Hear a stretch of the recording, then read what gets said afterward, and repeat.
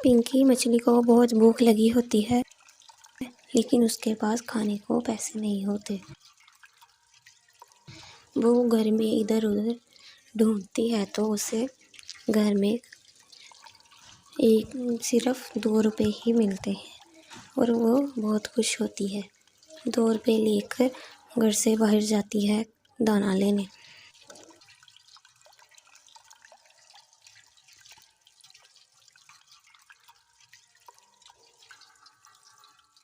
وہ دکان پر جاتی ہے تو وہ دکان کالو مچھلی کی ہوتی ہے۔ کالو مچھلی کہتی ہے کہ ہاں ہاں بولو پنکی مچھلی، کیا چاہیے تمہیں؟ تو پنکی مچھلی کہتی ہے کہ یہ 2 روپے لے لو اور مجھے تھوڑا دانا دے دو، بہت بھوک لگی ہے۔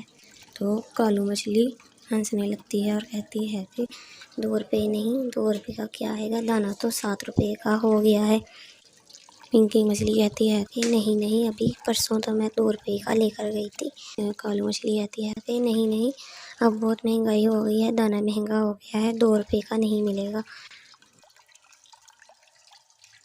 اور پنکی مچھلی بہت اداس ہو کر واپس چل دیتی ہے۔ جب وہ آ رہی ہوتی ہے تو اس کے ہاتھ سے 2 روپے بھی گر کر نیچے گم جاتے ہیں۔ بہت اداس ہو جاتی ہے۔ وہ آ رہی ہوتی ہے تو پیچھے سے کالو مچھلی اس کو آ کر آواز دیتی ہے، پنکی مچھلی، اور وہ رک جاتی ہے۔ جب پنکی مچھلی پیچھے مڑ کر دیکھتی ہے تو وہ حیران رہ جاتی ہے کہ کالو مچھلی دانے کا تھیلا لے کر اس کی طرف آ رہی ہے۔ کالو مچھلی پنکی مچھلی کے پاس آتی ہے اور کہتی ہے کہ پنکی مچھلی دانا تو لیتی جاؤ۔ تو پنکی مچھلی کہتی ہے کہ میرے پاس تو صرف 2 روپے ہی ہیں، اور تم نے خود ہی تو کہا تھا کہ 2 روپے کا دانا نہیں آتا۔ تو کالو مچھلی کہتی ہے کہ کوئی بات نہیں، آج تم میری طرف سے دانا لے جاؤ اور کھا لو، ہم دوست بن جاتے ہیں۔ تو پنکی مچھلی بہت خوش ہوتی ہے اور اس کا شکریہ ادا کرتی ہے